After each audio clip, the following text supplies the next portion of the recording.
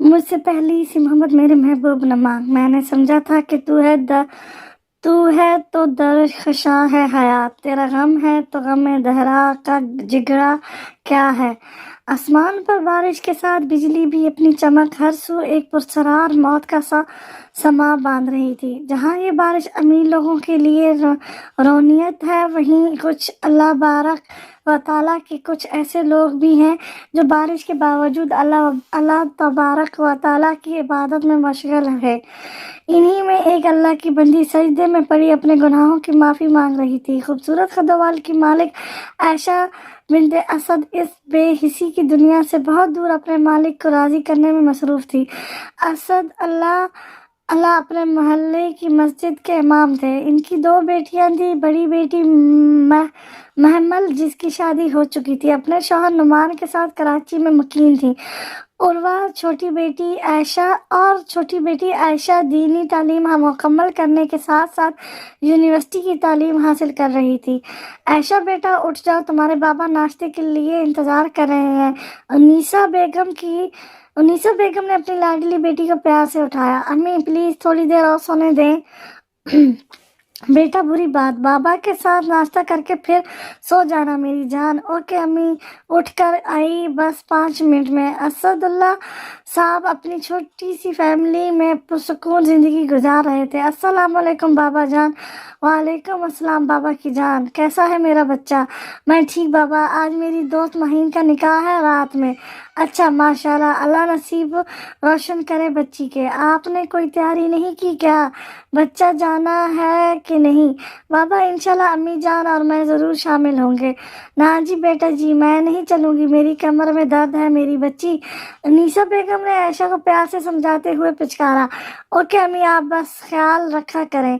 ماہی کی بچی، میں رات میں ہی آ سکوں گی، امی کی طبیعت کچھ ٹھیک نہیں تو میں کام ختم کر کے ہی آؤں گی۔ واہ جی، ایک ہی دوست ہے، وہ بھی مہمانوں کی طرح شرکت کرے گی۔ اچھا نا یار، موڈ خراب نہ کرو، آج تمہارا دن ہے۔ اوکے، بٹ جلدی آنے کی کرو۔ اوکے کہہ کر عائشہ نے کال کٹ کی اور گھر کی صفائی میں جٹ گئی۔ میرون رنگ کی پیروں کو چھوتی فراق پہنے دوپٹہ آج اسکارف کے بجائے گلے میں ڈال رکھا تھا۔ ہلکے میک اپ میں عائشہ کی دودھیا رنگت کھل اٹھی تھی۔ پیروں میں گولڈن کلر کا خصہ پہنے وہ مہین کے گھر جانے کے لیے بالکل تیار تھی۔ امی بتائیں تو کیسی لگ رہی ہوں میری شہزادی بیٹی؟ اللہ نظر بد سے محفوظ رکھے، آمین۔ جاؤ بیٹا، جلدی واپس آنا۔ اللہ حافظ امی۔ مما عائشہ نہیں آئی ابھی تک؟ مہین اس وقت بلڈ رنگ کے خوبصورت غرارے میں حسن کی مورت لگ رہی تھی۔ بھاؤ! عائشہ نے کمرے میں داخل ہوتی مہین کو ڈرانا چاہا، جو پہلے غصے سے اور اب محبت پاش نظروں سے اپنی چھوٹی سی مگر شرارتی دوست کو دیکھنے لگی، جو آج الگ ہی دلکشی روپ میں نظر لگ جانے کی حد تک خوبصورت لگ رہی تھی۔ اللہ عاشی، مجھے لگا آج میں نے تو رو ہی دینا تھا اگر تم نہ آتی۔ ایسے کیسے؟ میری اتنی پیاری سی دوست کی آنکھوں میں آنسو کیسے دیکھ سکتی ہوں، وہ بھی اپنی وجہ سے۔ چلو لڑکیوں، ماہی کا گھونگھٹ کرو، مولوی صاحب آ رہے ہیں۔ نکاح بخیر و عافیت ہو گیا ہے تو اب میں چلوں گی، عاشی نے ماہی کے گلے لگتے اس سے کہا، کیونکہ رات کا 1 ہو رہا تھا، جبکہ اتنی تاخیر سے وہ پہلے کبھی گھر سے باہر نہیں رہی تھی۔ میں زین بھائی سے کہتی ہوں، ماہی نے کہتے ہی باہر کی طرف قدم بڑھا دیے، جبکہ عائشہ سوچ میں پڑ گئی کہ وہ اتنی رات گئے کسی انجان شخص کے ساتھ کیسے جاؤں۔ وہ ابھی اسی شیشو پیج میں تھی کہ ماہی اندر آئی۔ آ جاؤ عائشی بھائی، انتظار کر رہے ہیں۔ اوکے، اللہ حافظ۔ عائشہ نے چادر درست کی اور باہر کی جانب گئی، جہاں ماہی کے پھپھر زاد زین کو اپنا منتظر پایا۔ گھر پہنچ کر عائشہ نے کپڑے بدلے اور نماز ادا کر کے سونے لیٹ گئی۔ زندگی معمول کے مطابق چل رہی تھی کہ ایک دن اس کے نمبر پر انجان نمبر سے کال آنے لگی۔ 2 سے 3 مرتبہ وہ کال کاٹ چکی تھی، لیکن کال کرنے والا شاید بہت ڈھیٹ تھا۔ السلام علیکم۔ عائشہ نے کال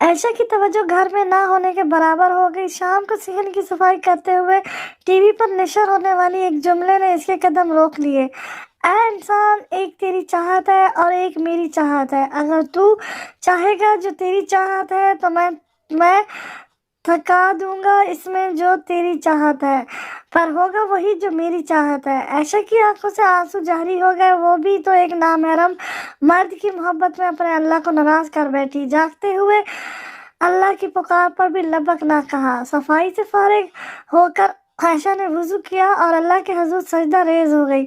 رو رو کر اپنے گناہوں کی معافی مانگنے لگی۔ ہر رات پھر سے تہجد پڑھنے لگی۔ نماز فجر کے بعد تفسیر سے قرآن کریم کی تلاوت کرنے لگی۔ اور بے شک ہمارا پروردگار اپنے پیارے بندوں کو اکیلا نہیں چھوڑتا، اور اس بات پر کامل یقین ہو گیا کہ اللہ سبحانہ و تعالیٰ کے ہر کام میں کوئی مصلحت پوشیدہ ہوتی ہے۔ اللہ نے ذہن سے دور کر کے نہ صرف اپنے قریب کر لیا، اور یہ کہ اللہ نے عائشہ کے نصیب میں بہترین ہم سفر لکھا ہوگا۔